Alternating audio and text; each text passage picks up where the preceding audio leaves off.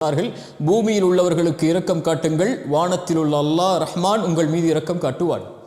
உங்கள் சகோதரனின் தேவையில் பங்கு கொள்ளுங்கள், அல்லாஹ் உங்களுடைய தேவையில் பங்கு கொள்வான். உங்கள் சகோதரனின் சிரமத்தை நீக்குங்கள், அல்லாஹ் உங்களுடைய சிரமத்தை நீக்குவான். நீங்கள் ஒரு ஏழைக்கு செலவழியுங்கள், அல்லாஹ் உங்களுக்கு செலவழிப்பான்.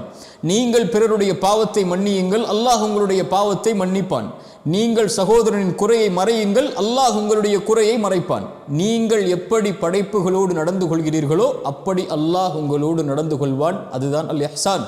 இந்த இஹ்சானை உடையவர்களை இன்னல்லாஹ யுஹிப்புல் முஹ்சினீன், இந்த முஹ்சின்களை அல்லாஹ் நேசிக்கிறான். குர்ஆன் 3 தன்மைகளை சொல்கிறது இந்த வசனத்தில். இன்னல்லாஹ யுஹிப்புல் முஹ்சினீன், அல்லாஹ் முஹ்சின்களை நேசிக்கிறான் என்று கூறுவதற்கு முன்னால் அந்த முஹ்சின்கள் யார் என்று 3 தன்மையில் அல்லாஹ் சொல்கிறான். முதல் தன்மை அல்லதீன யுன்ஃபிகூன ஃபிஸ் ஸர்ரா வத்தர்ரா, தங்களுக்கு ஏழும் பொழுதும் தங்களுக்கு கடினம் இருக்கும் போதும் அல்லாஹுடைய பாதையில் செலவு செய்வார்கள். எளிமையாக சொல்கிறேன், தன்னால் முடியும் போதும் தன்னால் முடியாத போதும் அல்லாஹுடைய பாதையில் ஏழைகளுக்காக உணவளிப்பான்.